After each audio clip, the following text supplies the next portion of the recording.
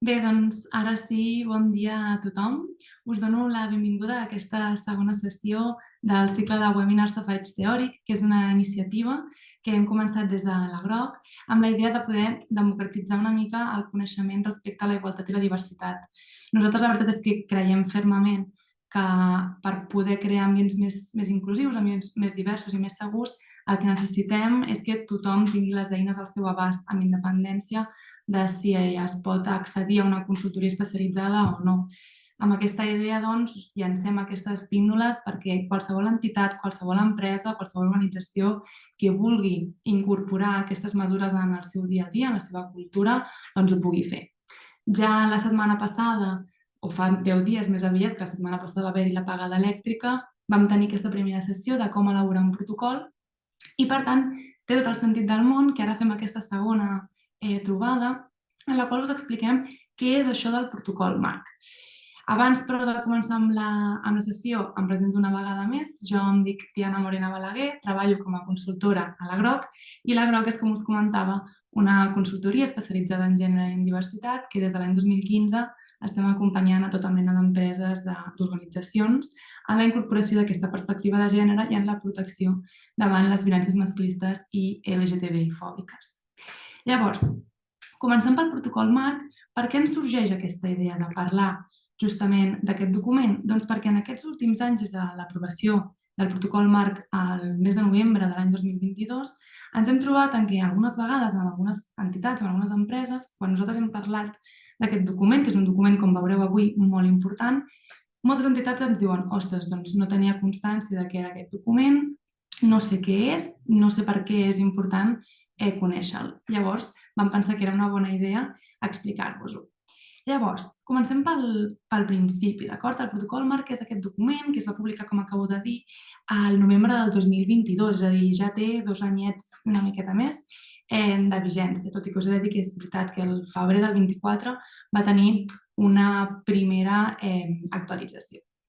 Llavors, aquest protocol, que aquí veieu la portada, potser ho heu vist alguna vegada, exactament què és? Doncs el que és un paradigma d'intervenció. I això, que és una paraula que a vegades ens pot semblar molt complexa, el que vol dir és que el protocol marc el que és de facto és un document que recull com des de la Generalitat de Catalunya recomanen que s'intervingui als casos de violència masclista. I aquí sí que és específicament de violència masclista, d'acord? No és que la deixin fora com a tal la violència LGTBI-fòbica, no és això, sinó que està adreçat específicament a aquesta tipologia de violència. Es podria aplicar potser també en casos de violència LGBTI-fòbica, però no és tant el cas. Val? Per tant, com a paradigma d'intervenció, el que té el protocol marc és que ens presenta eines, ens presenta recursos, ens presenta valors, perspectives que han de guiar aquest abordatge.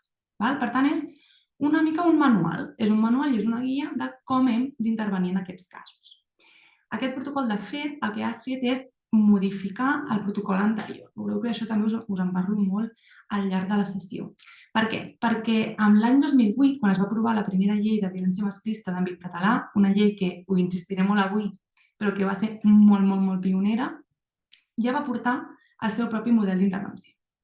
Què passa? Que amb l'actualització de l'any 2020, amb la llei 17-2020, aquest model no és que deixés de tenir vigència, però es va veure que estava una mica desactualitzat. I per això es va presentar el nou protocol marc aquest any 2022. Val? Per tant, no és que sigui una eina totalment nova, no és això. De fet, és una eina bastant antiga, però que s'ha actualitzat recentment. Dit això, el protocol marc, quina validesa legal té? Que també és una pregunta que nosaltres mateixes ens vam fer en el seu moment i que a vegades sembla que diem: home, d'acord, el protocol marc ens guia, el protocol marc ens orienta, però què passa si no el segueixo? Doncs bé, el protocol marc com a tal, d'acord, és un acord de govern. L'acord de govern de l'any 2022. I què vol dir això de que sigui un acord de govern? Doncs és que els diferents departaments del govern es posen d'acord per dir que aquest és el model que seguirem. Per tant, a la pràctica té un valor de llei. És a dir, tots els diferents protocols que s'han anat aprovant en els darrers anys, des del protocol de l'àmbit dels audiovisuals o el que s'aprovarà o es publicarà ara, que és el de les arts escèniques i la música en viu, segueixen i es regeixen per aquest protocol marc. Per tant, és un compromís, d'acord? És un compromís que tots els protocols que vindran a partir d'ara, totes les eines que desplegarem a partir d'ara, es basen i segueixen aquest protocol. Per tant, hi ha obligatorietat jurídica, és a dir, sobre paper hauríem de complir el protocol. Què és el que passa? Que aquesta eina, aquest acord de govern, no té mesures de sanció. Per tant, a la pràctica, si no el segueixo, no passa res, perquè no em poden sancionar per no haver-lo seguit. Com que és un acord o un document, més ben dit, tècnic i polític, no es pot sancionar. No obstant això, jo el que us recomano fermament és que si heu de fer el vostre propi protocol, que el seguiu, perquè la veritat és que és un document molt positiu, té molt integrada la perspectiva interseccional, com us explicaré, té molt integrada el que és l'abordatge multidimensional i intersectorial del que són les violències masclistes i, per tant, és molt recomanable que l'apliqueu. Més que res que sapigueu que és aquest acord, que sobre paper hi ha obligatorietat jurídica, però que també us hem de dir que si no el seguiu no passa res, però que el que és més positiu és realment que ho pugueu seguir. Dit això, anem a parlar del contingut. I per parlar del contingut, si us fixeu, ens quedem primer a la portada, perquè el protocol marc, de fet, té un nom molt llarg, que oficialment és Protocol marc per una intervenció amb diligència deguda en situacions de violències masclistes. I em volia aturar primer en aquesta primera part, que és una intervenció amb diligència deguda. Què vol dir això de la diligència deguda? Doncs bé, per entendre-ho, primer us volia parlar de les violències institucionals, que segurament us sonen. Les violències institucionals es van reconèixer per primera vegada amb aquesta llei que us comentava abans, la llei 17/2020, que modifica la llei catalana de violències masclistes. I això va ser un pas molt important, perquè es va reconèixer que les violències institucionals s'exercien. És a dir, que una dona que ha patit violència masclista, si després, quan ho denuncia, un policia la qüestiona, es riu d'ella, allarguen també a vegades directament o indirectament els processos, és una forma de violència institucional, és una revictimització. Per tant, a la pràctica, la violència institucional és quan les institucions, per acció directa o per omissió, és a dir, potser, per exemple, no li dono prioritat a aquest expedient, crec que no m'adapto a que el judici sigui a les hores que li poden anar bé a la víctima, causa més dolor a la víctima de violència masclista. Per tant, si la violència institucional, perquè ens entenguem, és la cara A, la diligència deguda és la cara B. Què vol dir això? Doncs que hem d'actuar de forma diligent. Hem de ser ràpides, hem de ser àgils, hem de posar les necessitats de la víctima en el centre i, per tant, és actuar una miqueta, perquè ens entenguem, amb sentit comú. Això vol dir diligència deguda, s'ha de ser diligent. I què vol dir llavors la segona part? Doncs que aplica en aquests casos a violències masclistes. Per què us ho he ressaltat? Doncs perquè m'ha semblat interessant aquí abordar molt breument en un tema de concepte. Segurament us heu fixat que a vegades es parla de violència de gènere, a vegades es parla de violència masclista i a vegades de violències masclistes en plural. Per què passa això? Doncs bé, Espanya, us he dit que és un país molt pioner també pel que fa a la lluita o l'abordatge, més ben dit, de les violències masclistes, i això prové ja des de l'any 2004. Si us fixeu o si us recordeu, es va aprovar la llei 1/2004, que és la llei de la violència de gènere. Una llei molt pionera en tot l'àmbit europeu, que per primera vegada el que va fer va ser reconèixer que les situacions de maltractament dintre d'un matrimoni no eren un problema únicament de la llar, un problema privat i del qual no s'havia de parlar, sinó que era un problema públic i que, per tant, hi havia una llei que protegia aquestes persones. Aquesta llei, us he dit també, per ser justes, no és del no-res, sinó que té un antecedent molt clar, que és l'assassinat de Nora Antes l'any 1997. Aquest assassinat, segurament us sona, va ser un assassinat masclista d'una dona, la qual pocs mesos abans de ser assassinada, pocs dies abans, va anar a la televisió pública a explicar el seu cas i, malauradament, doncs, el seu marit la va acabar assassinant. Clar, què va passar? Això va generar molt rebombori, va generar molt malestar. Per primera vegada va passar a les televisions de tantíssimes i tantíssimes llars. I d'aquí neix aquesta voluntat política també de, primer, modificar el Codi Penal i incorporar la violència psicològica com a forma de violència i després de la llei de la violència de gènere. Per tant, una llei molt positiva, però què passa? Que amb el pas dels anys només parlàvem de violència de gènere. I la llei de violència de gènere el que ens està referint és, fixeu-vos el que he dit abans, àmbit de la parella. I sabem que hi ha moltíssimes altres formes de violència que transcendeixen l'àmbit de la parella. Per tant, violència de gènere es fa servir sobretot en aquest context i quan estem parlant de violències masclistes en general, violència masclista és la forma més adequada, que no és que sigui tampoc una invenció nova. De fet, la llei catalana, la llei 5/2008, ens parla ja de violència masclista. Pel que sigui, a vegades és una paraula que genera una miqueta d'atenció. Hi ha institucions que moltes vegades prefereixen no fer-la servir perquè creuen que és molt directa o que pot generar conflicte. Però us he de dir que a nivell català, oficialment, és violència masclista. I per tant, violència masclista o violències masclistes en plural, d'on surt aquest debat? Doncs bé, a vegades, quan parlem de la violència masclista en singular, sembla que hi hagi una única forma de poder viure, de poder que aquesta existeixi al final, en unes condicions molt específiques. Segurament us esteu imaginant aquesta idea de la víctima perfecta d'una agressió. Doncs bé, amb la idea de poder rebatre aquest discurs es parla o parlem de violències masclistes, perquè són violències molt complexes, molt diferents entre elles, amb casuístiques separades i, per tant, amb la seva accepció en plural les recollim molt millor, les expliquem molt millor i les entenem també, per tant, molt millor. I per això el protocol marc parla de violències masclistes en plural, tot i que us he de dir que cada dia d'avui la llei el que segueix dient és en singular. Però bé, comúment, violències masclistes en plural. Entrant ara sí ja el contingut com a tal del protocol marc, el que fa aquest protocol és situar-nos en el centre drets de dones, infants i adolescents. I us veureu que el protocol sempre ens parla d'aquests 3 eixos. I això és molt important. Primer, perquè dones està entès en el mateix sentit de la llei 17/2020, que entén dona en un sentit ampli. No únicament dones cis, sinó també entén dones, infants i adolescents trans. Per tant, un avenç molt, molt, molt positiu perquè fa el reconeixement de les diferents identitats de gènere i de les violències que també es poden patir en aquest sentit. I el segon punt és, insisteixo, infants i adolescents.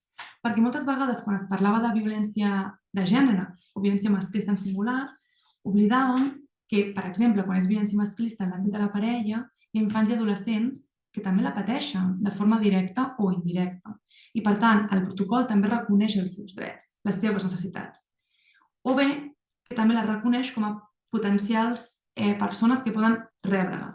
És a dir, lluny de considerar que infants i adolescents, és a dir, persones menors de 18 anys, existeixen en el món però que encara no són subjectes de drets, que han d'estar sota tutela d'altres famílies, de mares, de pares, d'altres famílies de tutors o de tutores, el que fa així el protocol és dir no, aquestes persones existeixen, evidentment, aquestes persones també tenen drets i, per tant, hem de protegir els seus drets com a persones de ple dret. No com a menors de 18 anys, que a vegades aquesta distinció sembla que no siguin encara ciutadans o ciutadanes de ple dret, sinó com a subjectes de drets hem de protegir els seus drets i les seves necessitats. Dit això, què vol dir això dels drets? Perquè a vegades el que ens trobem nosaltres és que parlem de drets humans, parlem de drets fonamentals, però això costa aterrar-ho, no? Està com aquí dalt, però no ho acabem de baixar del tot. Llavors, tornant una miqueta, ja em perdonareu, sempre estic tornant a la llei, però és molt interessant realment fer-ho. La llei el que reconeix és que la violència masclista és un atac contra els drets humans de les dones, és a dir, que estan patint violència pel fet de ser dones en un context de relacions de poder dels homes contra les dones i això ataca els seus drets humans. Recordem que, entre molts altres factors, els drets humans són intrínsecs, és a dir, formen part de nosaltres pel fet de ser humans i humanes, irrenunciables, és a dir, jo no puc dir que jo no vull tenir dret a la vida, no? Forma part de qui soc, inalienables, és a dir, una altra persona no pot decidir que jo no tinc dret a la vida, i finalment universals, és a dir, que tota la ciutadania els té, amb independència del seu sexe, del seu gènere, del seu origen, de la seva ètnia, de la llengua amb la qual parla. Per tant, la violència masclista és un atemptat directe contra tots aquests drets. I això com ho baixem? Doncs en els drets fonamentals, que entre molts altres el protocol ens recorda que existeixen aquests, però ja us dic que n'hi ha molts més. Igualtat i no discriminació, vida i dignitat humana, llibertat, seguretat, tutela judicial efectiva, accés a la informació, etc. Però potser us està passant una cosa curiosa, que la primera vegada que jo llegia el protocol jo vaig pensar que hi és un acord. Ho hem aterrat una miqueta, Però què vol dir això encara? No? Què vol dir que jo tinc dret a la igualtat? Com ho materialitzo? Què implica? Què vol dir que jo tinc dret a la llibertat? On està el límit d'aquesta llibertat? I llavors, a la pàgina següent, el que fa el protocol molt i molt bé és que ens ho concreta. Ens concreta quins drets té la ciutadania de Catalunya pel que fa a la prevenció i l'abordatge de les violències masclistes. I insisteixo que això és una passa molt i molt i molt interessant i molt important. Quins drets ens reconeix? Primer, dret a la prevenció de les diferents formes de violència masclista. És un dret, és a dir, tenim el dret a protegir-nos, tenim el dret a que no succeeixi. I això es desplega, com veureu després, en un nou paradigma d'intervenció que dota un paper molt important a la prevenció. A què més tenim dret? A la protecció, a una protecció que sigui integral, igual que la reparació. És a dir, la protecció no serà únicament de les forces i cossos policials, sinó que també haurà de ser d'organismes culturals, també haurà de ser de l'educació. I la reparació també anirà de la mà d'aquests sectors. És a dir, es tracta de deixar de sectorialitzar, és a dir, no, seguretat, només policia, judicis, advocades. Només aquests organismes ens poden protegir a que entre tota la ciutadania puguem protegir i puguem reparar el dany causat per els casos de violències masclistes. A què més tenim dret? Tenim dret a rebre atenció integral, a que sigui immediata i que no sigui revictimitzadora. Tenim dret a justícia gratuïta i, de fet, també a entendre i a ser enteses. És a dir, sobre paper, i de fet la llei 10/2022, que és la llei del CSI, també reconeix aquest dret a una justícia que sigui gratuïta en casos de violència sexual. A la pràctica, això és complicat, de moment no s'està exercint de forma universal, perquè falten recursos, perquè és bastant complicat en aquest sentit. Però, si més no, us he de dir que el dret sobre paper amb un acord de govern està. A què més hi ha dret? Doncs a ser acompanyades, a que no estiguem soles quan haguem d'anar a demanar ajuda. També dret a accedir als serveis, és a dir, no ens poden limitar l'accés als serveis. També és molt important a rebre informació de forma clara. Com sabeu, o potser alguna vegada ho heu vist, els processos judicials no són del tot entenedors. Fan servir un llenguatge molt complex, un vocabulari difícil, frases molt llargues, doncs això va en contra del nostre dret a rebre informació clara, a saber per on anirà el nostre procés. També dret, evidentment, a la confidencialitat. Un dret molt concret que a mi m'agrada molt, que és obtenir una còpia de la denúncia, perquè fins ara a vegades aquests processos no estaven clars, doncs no. Si jo vaig a fer una denúncia, jo tinc dret a rebre la còpia signada. Drets, evidentment, també drets sexuals i reproductius, que això és una incorporació que ve derivada de la llei 17/2020, i també a la presa de decisions autònomes. És a dir, jo tinc dret a que ningú m'influenciï, a deixar d'escoltar el policia que m'està dient segur que vols denunciar, no denuncis, etc. i dir, sisplau, hi ha d'haver silenci perquè tinc aquest dret. Evidentment, això que acabo de dir és molt utòpic, perquè quan jo acabo de viure una situació de violència masclista no estic en la posició de poder-li dir senyor policia, sisplau, calli. Això no ho puc fer perquè el meu estat segurament no serà idoni per poder fer front a aquesta situació, i per això és important el dret que hem parlat abans, el dret a rebre assistència jurídica que sigui gratuïta i que sigui especialitzada. I si us recordeu que abans us deia justament que el protocol, tant la llei com el protocol, posen molt èmfasi en la protecció d'infància i adolescència, aquí també es parla dels drets específics que tenen aquests infants i adolescents, que essencialment en són dos. El primer és que infants i adolescents tenen dret a rebre atenció i assistència psicològica, la màxima immediatesa, és a dir, el més aviat possible. I compte, perquè a vegades hi ha aquesta idea de que si volem fer aquesta assistència psicològica hem de rebre el consentiment dels dos progenitors. Això no és així. En aquests casos, sí, hi ha una sentència ferma contra l'agressor. Sí, no hi ha sentència ferma, però hi ha indicis fonamentats de violència.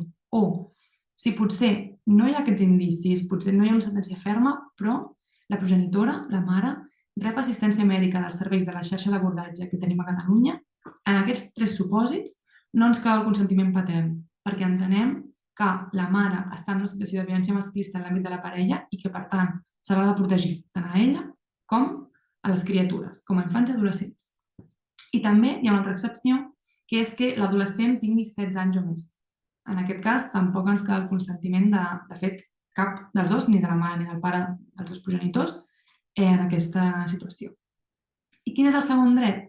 Doncs bé, si hi ha una sentència condenatòria o si hi ha indicis fonamentats de violència masclista, encara que no hi hagi sentència, hi ha el dret a que no hi hagi la guàrdia i la custòdia del progenitor. El progenitor, evidentment, ha assenyalat, o evidentment en aquest procés de denúncia, no cal. I tot això el que intenta fer el protocol és salvaguardar moltíssim la protecció d'infància i adolescència en aquests casos de violència masclista en l'àmbit de la parella. També el que fa el protocol marc és que ens recorda una vegada més, perquè ja ho recorda també la llei, quines formes i quins àmbits poden prendre forma les diferents violències masclistes. Us les presento resumidament, segurament ja les coneixeu, que serien, primer de tot, la violència vicària. És la forma de violència que per fer mal a la mare causem mal a les criatures. D'acord? Sabeu, una forma de violència terrible, molt punyent i que malauradament en aquests últims anys ha estat a l'alça, doncs està reconeguda, evidentment, com a forma de violència masclista en si mateixa. La violència física, que és fer mal a la dona o bé amenaçar en fer mal o també fins i tot si hi ha la possibilitat de que em facis mal. És a dir, no cal que em facis mal perquè es pugui considerar violència física. Si hi ha la possibilitat, ja es pot considerar violència física. Així també el que es va aconseguir amb aquesta modificació, o amb aquesta interpretació més que modificació, és treure-li pes a aquestes conseqüències. És a dir, què passa? M'ha de rajar sang perquè sigui violència física? Doncs no. Si hi ha la possibilitat, ja es considera així, no hem d'arribar a aquest punt. La violència obstètrica, que és la violència obstètrica i contra els drets sexuals i reproductius, és a dir, per exemple, obligar una persona a avortar si no vol avortar, diferents situacions que poden succeir també en l'àmbit de la ginecologia, parts que s'exerceix aquesta violència obstètrica, és a dir, una violència contra els drets de les dones, els seus drets sexuals i reproductius, també està reconegut. La violència digital, que són totes les formes de violència que després es puguin traslladar a l'àmbit digital, també estan reconegudes. La violència sexual, que no cal que estigui necessàriament, recordem una vegada més, una violació en el sentit tradicional, és a dir, una agressió sexual amb penetració, sinó que també hi ha altres formes de violència sexual que no cal que hi hagi una penetració perquè sigui violència sexual.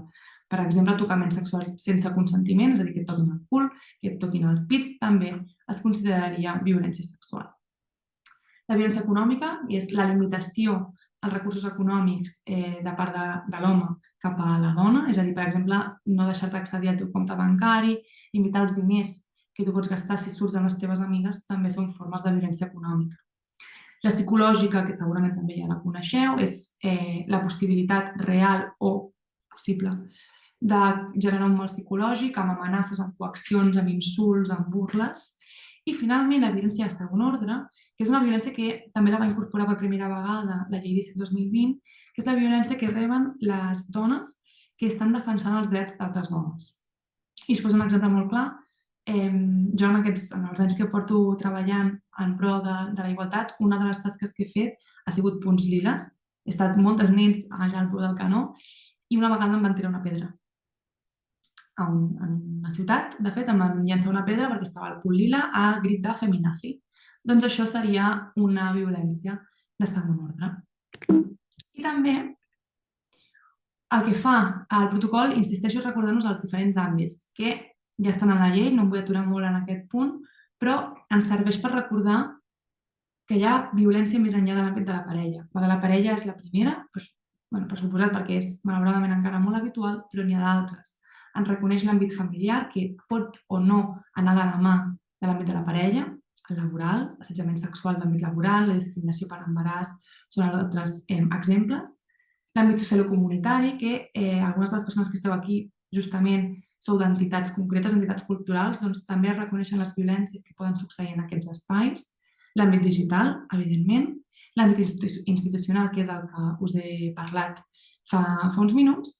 El de la vida pública o l'esfera pública i la vida política de les dones, és a dir, aquestes violències que succeeixen a les dones pel fet d'estar ocupant un espai públic.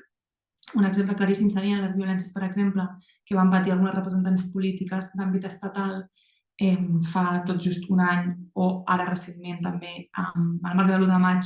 Podeu imaginar algunes de les notícies potser que heu vist també serien violències de la vida política i també d'àmbit educatiu.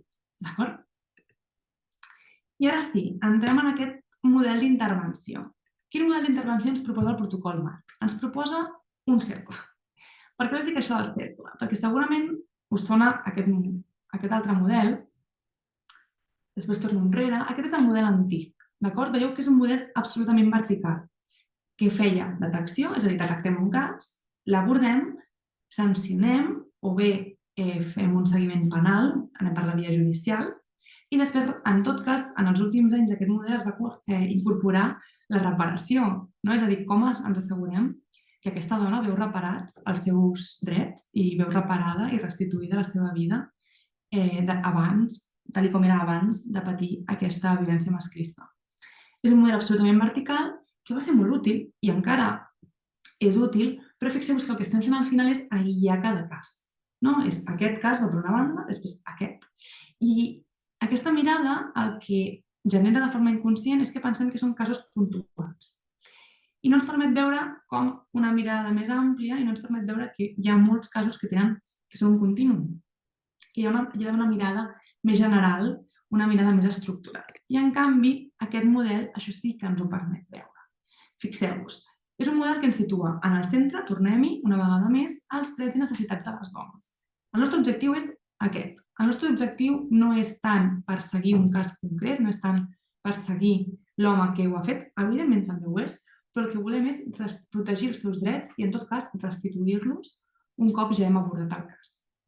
Per fer-ho, ens partim de 3 eixos, que també el protocol que ens explica és que estan en aquest cercle perquè no vol dir que un sigui més important que un altre, sinó que tots són necessaris i han d'actuar en xarxa. D'acord? Què tenim? Primer, perspectiva feminista i interseccional, és a dir, l'abordatge de les violències masclistes en àmbit català ha de seguir necessàriament la interseccionalitat i ha de seguir necessàriament la perspectiva feminista. Què vol dir això?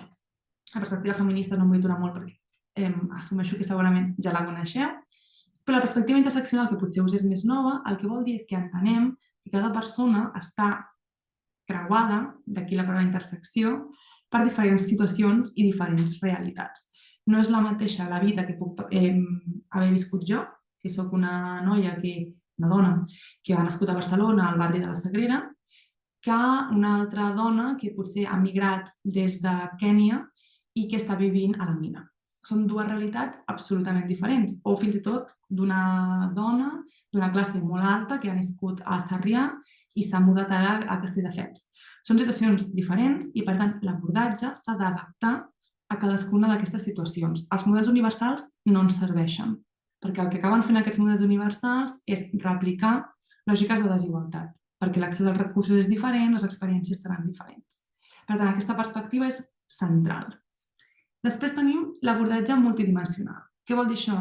Doncs que l'abordatge no pot ser únicament, per exemple, social o comunitari, sinó que necessàriament també ha de ser polític i ha de ser també intersectorial, que és justament la tercera de les potes. I això també és un avanç molt interessant, és a dir, hi ha un compromís polític. El protocol reconeix que hi ha d'haver una dimensió política i el protocol reconeix també que hi ha d'haver una dimensió social, individual i comunitària. Per tant, una mirada, com veieu, molt més àmplia. I finalment tenim aquest abordatge intersectorial, que són aquests diferents petits engranatges que podeu veure. És a dir, antigament el que consideràvem és que l'abordatge havia de ser, doncs, per exemple, de serveis socials o de les forces de seguretat. Ara no.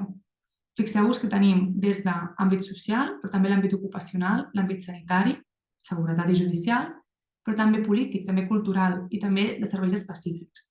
Per què és això? Doncs perquè, per exemple, una dona que pugui estar en una situació de violència masclista en l'àmbit de la parella, que ha vist com se li han limitat els seus accessos econòmics, no podrà sortir d'aquesta situació si no té una feina, si no té una independència econòmica.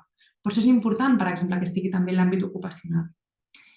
No podrà veure tampoc totalment restituïda la seva vida digna si no té uns hobbies, si no té un espai social on poder-se comunicar. Per això és important l'àmbit cultural. I això és un punt, ja us dic, per mi molt important que fa aquest protocol marc. Així doncs, deixem enrere aquesta mirada tan vertical i passem a aquesta altra. Què vol dir aquest diagrama? Doncs que per primera vegada o per primera vegada de forma bastant pionera més aviat, posem una altra vegada en el centre aquests drets, aquestes necessitats de dones, infants i adolescents, però donem el mateix poder o la mateixa importància a la prevenció que a la reparació. Fixeu-vos que en comptes de ser vertical, és un cicle. Com funciona això? Doncs bé, la prevenció, el protocol marc ens la divideix en dos casos, la prevenció individual i la prevenció estructural. Què vol dir això? La prevenció individual, començaré per l'estructural més aviat. Fixeu-vos, la prevenció estructural és la prevenció que permet modificar aquests patrons estructurals que té la violència masclista. Per exemple, creences i estereotips de gènere. Comunicació que sigui sexista.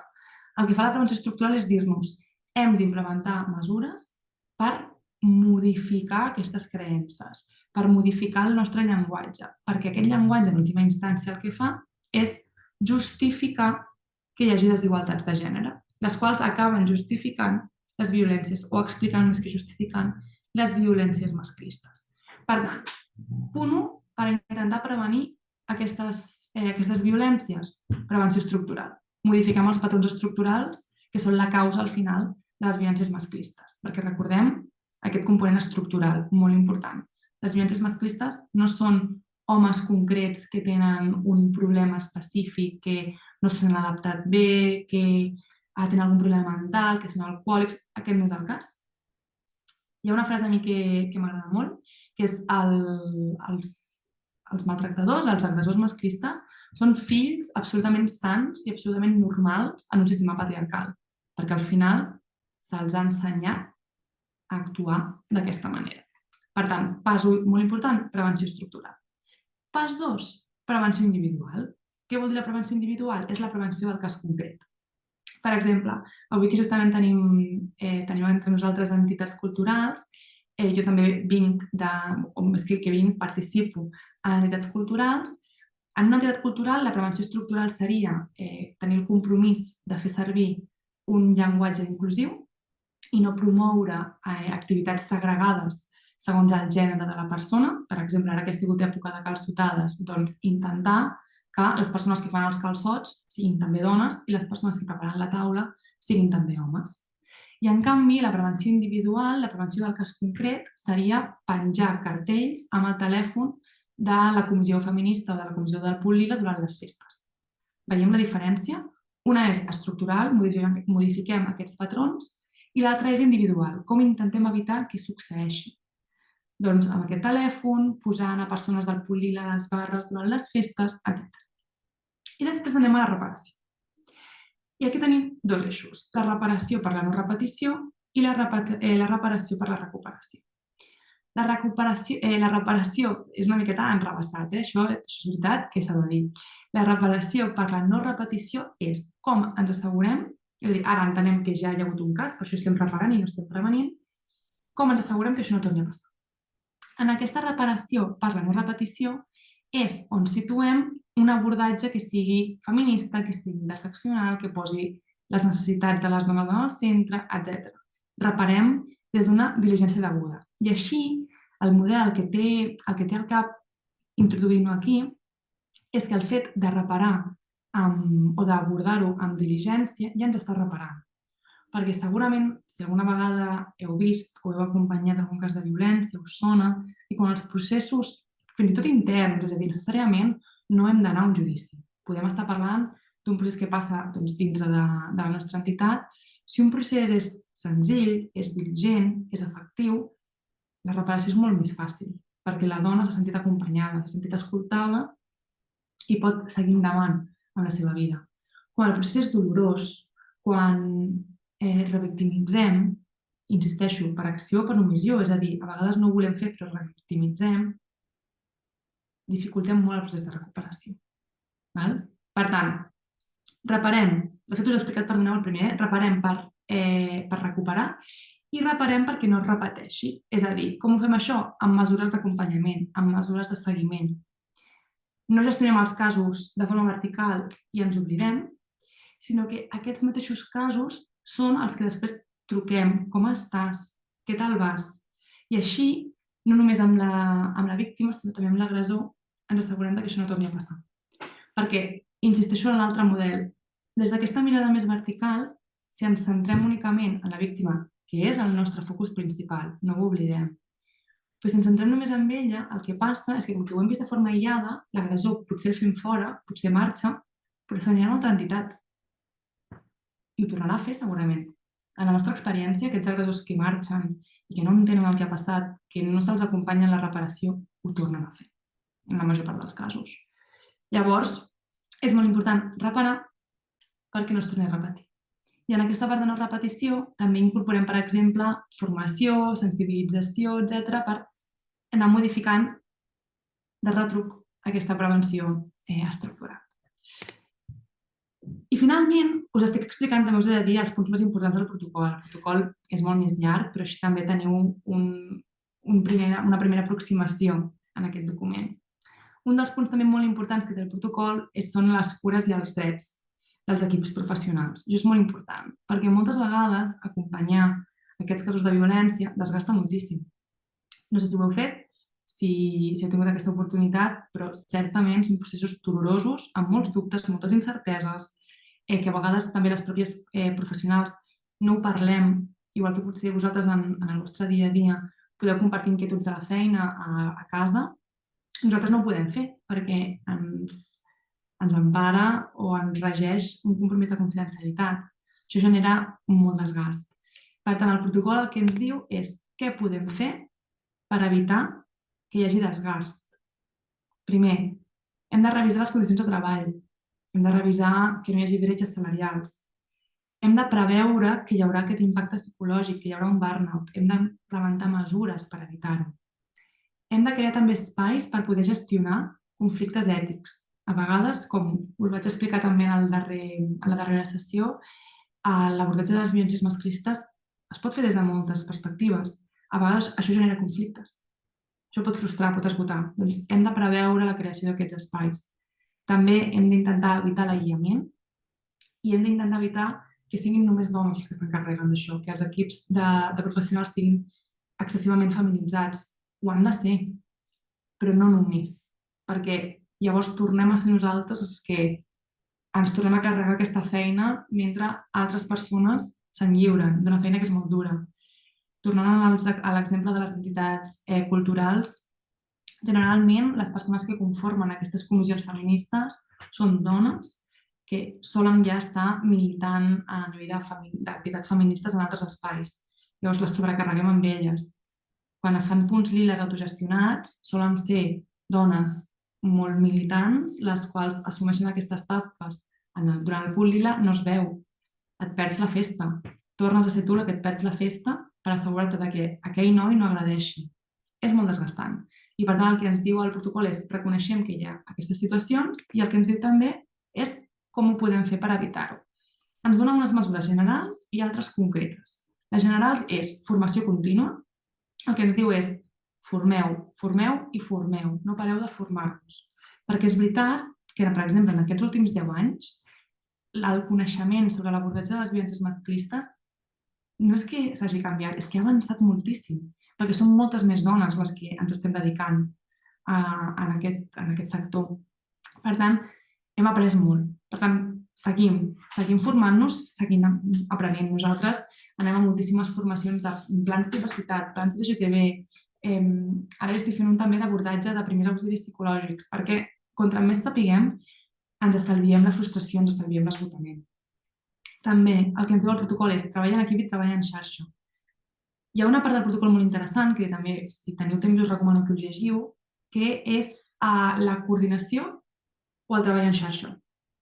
El que diu clarament el protocol és les dues estan molt bé, però nosaltres apostem pel treball en xarxa, per un treball que sigui cooperatiu, que sigui paral·lel, que les decisions es prenguin de forma horitzontal, de forma mediada, perquè la coordinació és diferent. A la coordinació hi ha una certa verticalitat.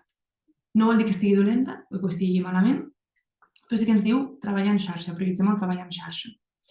I també el que ens diu el protocol és hem de fomentar, hem de crear més programes d'acompanyament, de reflexió i de cura.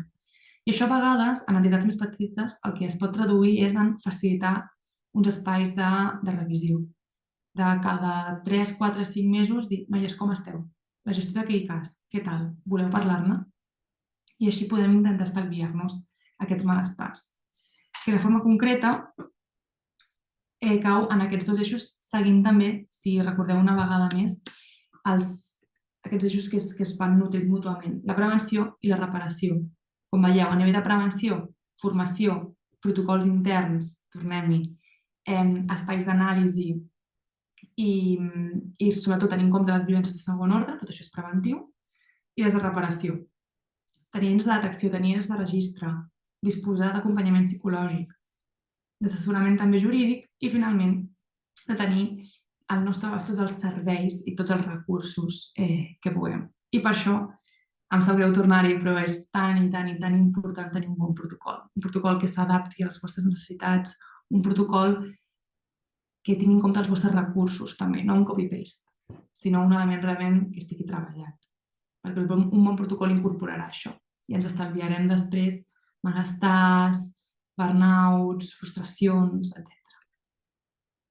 I ara estic ja per acabar. L'últim punt del protocol, aquest potser és el que us interessa menys, però m'ha semblat interessant comentar-vos-ho, és que ens diu que hi haurà una coordinació nacional i això també és molt important. El que ens diu és, tenim la Comissió Nacional de la Intervenció Coordinada contra la Violència Masclista, que és aquesta CNV-M. Les funcions que té són aquestes: recollir quin treball en xarxa s'està fent, implementar i actualitzar si cal el protocol marc i avaluar les diferents intervencions que s'estan fent. És un organisme que la idea és que coordini totes les estratègies perquè anem a la una. Perquè un dels punts que es va detectar, i crec que tenien molta raó, és que hi havia moltes formes diferents d'actuar i no estaven unificades. Aquesta comissió en un principi les unifica. I també ho articula de forma territorial, perquè no és realista pensar que una sola comissió pot arribar a tot Catalunya. I quins circuits territorials ha desplegat? Doncs aquests que veieu aquí. Depenent de quina zona del territori estigueu, us toca una o una altra. Barcelona té un circuit propi, en els altres casos són circuits més amplis, per un tema de distribució de la població. Aquí, si sou una entitat de dones o si sabeu que al vostre territori, al vostre municipi, hi ha un consell de dones, aquestes entitats es poden incorporar al circuit. I així també podeu donar més feedback de, doncs mira, nosaltres ho estem fent d'aquesta manera, sabem que hi ha aquest protocol i pot estar tot bastant més coordinat. Dit això, amb aquesta diapositiva ara sí acabem el protocol. Jo ara deixaré de gravar. Primer de tot m'acomiado de les persones que ens esteu veient ara una miqueta en diferit per YouTube. Moltíssimes gràcies també per haver vist el vídeo. Qualsevol element us podeu posar en contacte amb nosaltres per correu electrònic a lagroc@lagroc.com. Moltes gràcies.